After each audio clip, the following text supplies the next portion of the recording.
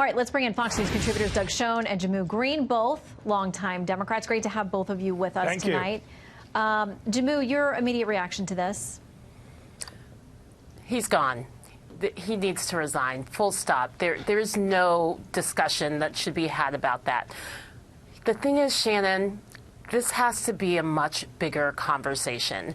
And I want to talk about the Democratic Party's responsibility here for a second. I heard Howard Dean say one of the most ridiculous things I've ever heard just a few minutes ago on another channel. He said that, well, you know, black people are going to decide the fate of Gov Northam.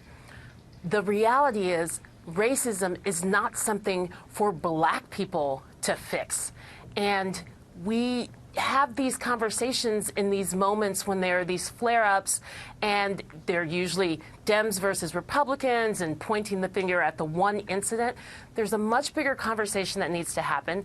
The Democratic Party has to deal with the racism within our own party. I said that very clear when I ran for DNC chair.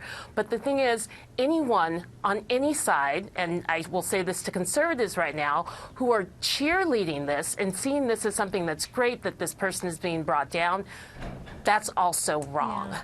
So how do we move past the reality that racism is embedded in our culture? There are many of our viewers who think that racism died with the Civil Rights Act of 1964. That is just not the case.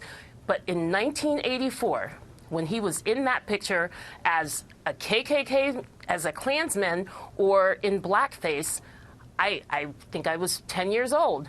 I knew it was wrong. Any child would know it was wrong. He certainly knew it was wrong. It's time for him to go, but it's time for all of us to deal with this in a much more responsible way. Yeah, I mean, it sparks very difficult conversations. He is apologizing, but tonight not saying that he's resigning, saying he intends to finish out his term, as you saw in Leland's piece there. I want to read something from the Washington Post, which talks about several scenarios about what could happen next. They say don't necessarily count him out. They say it's easy in the blistering aftermath of an emerging scandal to assume that it will inflict more political damage than one might expect. Politicians expected to walk away from their positions in the face of public opprobrium have not infrequently served out their terms and have even been reelected. There are good reasons to think Northam will similarly be able to ride out his term, including that he's constitutionally limited to only 4 years anyway. Doug, does he survive politically? Well, I must tell you, I agree with virtually everything Jamu said and couldn't disagree more with the Washington Post.